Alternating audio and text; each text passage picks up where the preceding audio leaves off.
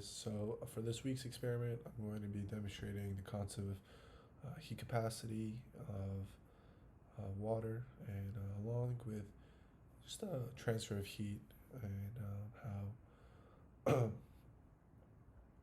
how it may demonstrate conductivity. And yeah, so we're gonna do that with um, some balloons and some fire.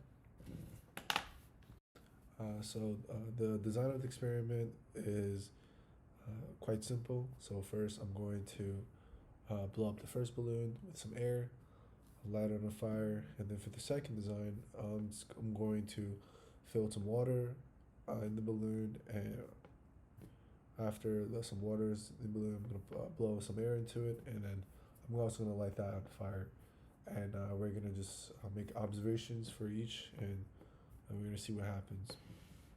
Okay, so first we're gonna do the balloon, um, just with some air. So here I have the balloon, and I'm gonna blow it up, and we light it on fire, and then let's see what happens.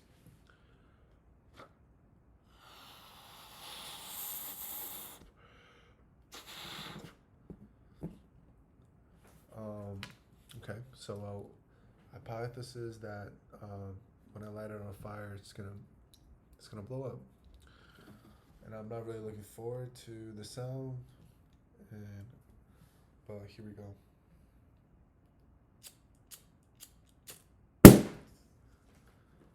Yep, I was not looking forward to that at all. But as you can see, there's some the balloon has ruptured, and there's some burning rubber in the air, but it's popped. Here I have the second balloon. Um, I filled it up with some water. You can't really see, but it's, you know, the balloon isn't transparent.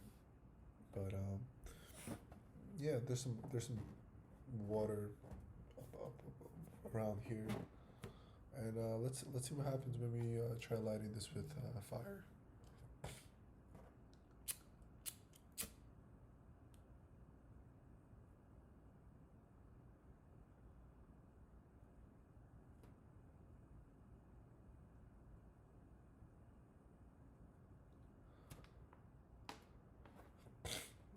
Pretty cool, huh? Okay, so let's break it down. So, what happens with the first balloon? When we first fill the first balloon with air, we observe that uh, the fire bursts it. So, well, why did this happen? Because the rubber of the balloon, without the water, it becomes hot, and to the point where the rubber isn't a good conductor of heat, and it becomes too weak to resist the pressure of the air inside the balloon. Now, with the second balloon, we observe that the presence of the water prevents the balloon from popping. As you know, as you guys saw, when I had the flame under the balloon, it was unfazed. So, why did this happen? Now, this is because water has a high heat capacity, and it allows the heat from the flame to be absorbed by the water, and thus the balloon doesn't pop. So, in conclusion, essentially the comparison between the result of the balloon popping without water and with demonstrates that water it has a higher heat capacity than the air in the balloon. Um, since the water is able to resist being burned by absorbing the heat, it demonstrates the unique property of water, specifically the high heat capacity, and also the specific heat of water as compared to that of air. And with the balloons and some fire, we are able to observe and also grasp the concept of heat transfer and heat capacity.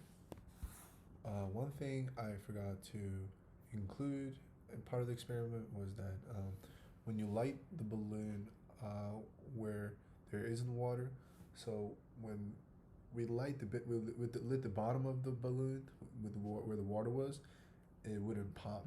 But when we light the top of it, where the water isn't there, where the air portion of that balloon, it pops, and that goes to really reinforce the difference in the juxtaposition between water and air, and the heat capacity and the heat transfer as well.